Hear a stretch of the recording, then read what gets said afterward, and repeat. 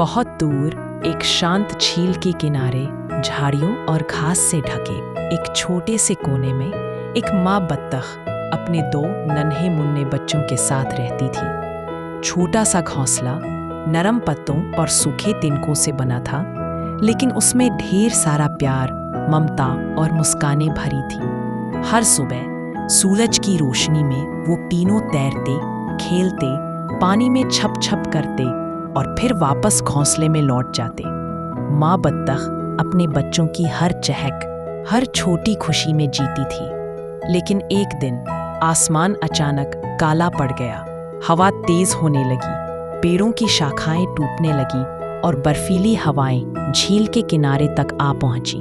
माँ बत्तख घबरा गई। तेज बारिश शुरू हो चुकी थी। झील का पानी उफान मारने लगा, बिजली कड़कने लगी और बच्चे डर के मारे माँ से चिपक गए। वो फौरन उन्हें लेकर अपने घोंसले में भागी, लेकिन घोंसले की छत से पानी टपकने लगा और तेज ठंडी हवा अंदर तक आ रही थी। बच्चे कांपने लगे। माँ बत्तख ने अपने पंख फैलाकर बच्चों को सीने से लगा लिया।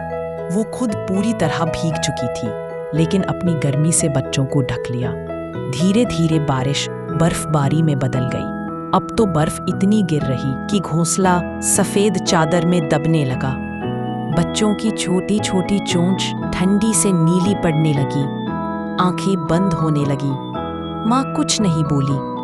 वो बाहर निकली और अपने भीगे पंखों से सूखी घास, पत्तियां और टहनियां ढूंढ लाई।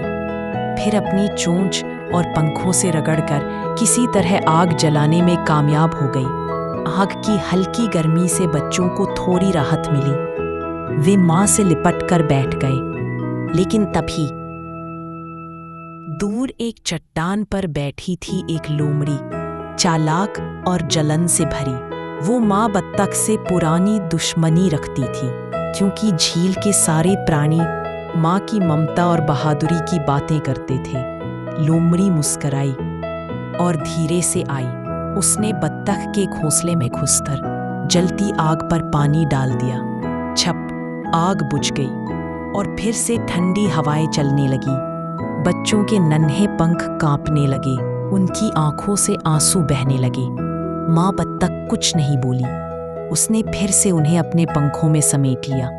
पूरी रात वो माँ भीगी, कांपती, बर्फ में दबती, बस एक दीवार बनकर अपने। सुबह हुई, बर्फ हटने लगी। सूरज निकला, गर्म धूप झील पर चमकने लगी। बच्चों की आंख खुली। उन्होंने देखा, बर्फ हट चुकी है, तूफान थम चुका है। माँ, हम बच गए। बच्चे मुस्कुराए, लेकिन माँ अब सांस नहीं ले रही थी। उसने अपनी आखिरी उड़ान, अपनी आखिरी सांसें अपने बच्चों के लिए दे दी थी।